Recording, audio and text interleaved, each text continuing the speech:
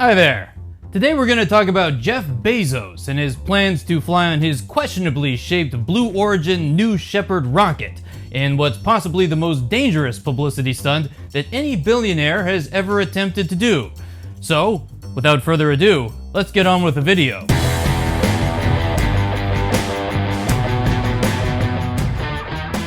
Okay, so Jeff Bezos is going to space. That's terrific. And I gotta admit, I am a little bit impressed. Here's what I'm not impressed with, though. You may have noticed that all of the marketing surrounding these corporate space programs is always depicting some utopian future, sort of like Star Trek. You know, a colony on Mars, for example, like with SpaceX. And when you listen to either Jeff Bezos or Elon Musk, they're always trying to paint this extremely idealistic picture of why they're trying to get into space. But in my estimation, the real reason why they're trying to get into space is for military contracts. There is going to be a massive incentive over the next decade to put tons of material and people into space and possibly even on the moon. And these companies all want a piece of those multi-billion dollar contracts. And that's what they're doing it for. So if you actually think that the reason why Jeff Bezos is making these rockets is so that he can save humanity by creating space colonies, each of which can contain 1 million people in a fully, functioning ecosystem and some serious Star Trek kind of stuff. You actually think you're gonna see something like that in this lifetime? If you recall back in the day, back in the 80s, 90s, 2000s, whatever, every time they would try to paint a portrait of the future, what was it? It was like flying cars, you had hoverboards, and what did we get instead? We got smartphones, right? We got teenagers staring at their phones all day, tweeting. So that fancy 3D animation that you see where you have like these Star Trek people living in this like idyllic little space habitat, and you're just gonna save the human race. And like he said, I think there's this quote right here. We can have 1 trillion humans in the solar system, which means we'd have 1,000 Mozarts and 1,000 Einsteins. So he's doing this so that we can have 1 trillion people in this solar system. And of course, the natural byproduct of that is going to be 1,000 Mozarts. But you'd also have 6 billion psychopaths. And they'd be living in space colonies where if you punctured the hole, everybody dies. Think of that. When they say this kind of stuff, either they haven't really thought it through, or they're just talking right out of their ass. I mean, let's be honest. So many people do that. I do it. I'm probably doing it right now. But I'm just saying that when these people paint these super idealistic portraits of the future and they say that that's why they're doing it, I'm doing this so that we can have this idyllic Star Trek future with 1,000 Mozarts. How great would that be? Are you kidding me? Are you kidding me? Elon Musk with his Mars colonies, you see those little 3D animations? You see that? Is that what's gonna happen? Really? Or is it more likely that you're just going to dominate the getting stuff into orbit business and your primary contractor is going to be the Pentagon? And over time, you're going to be so good at what you do and you're going to monopolize what you do, which is something that Amazon and Jeff Bezos know a little something about, that at some point, the US government is going to just depend on you for its very existence. It already does in many ways. Amazon, as some of you know at least, is not just some place where you go to buy consumer goods. Amazon also dominates numerous other markets, particularly AWS, Amazon Web Services, where essentially it is a cloud service that hosts the data for virtually everybody. They also host the data for the CIA, for the DoD, etc.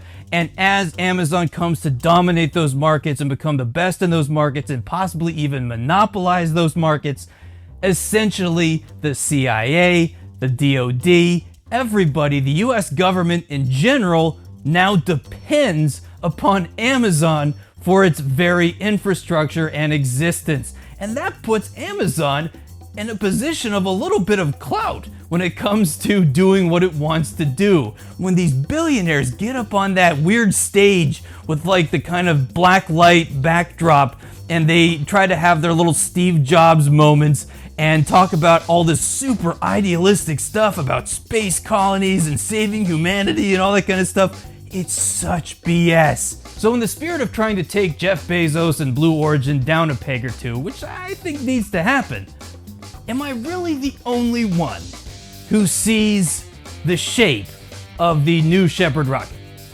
It can't just be me and this pair of Australians.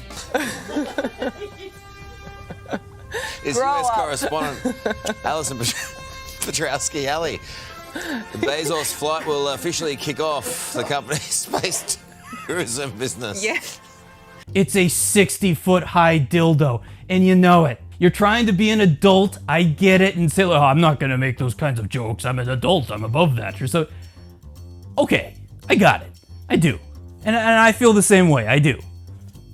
But sometimes the most base and childish jokes can be the most effective at truly taking someone down. Let me tell you what I'm talking about here. There was this one time in high school, I believe it was during PE class, where I did something stupid. I don't remember what it was, but it was something stupid.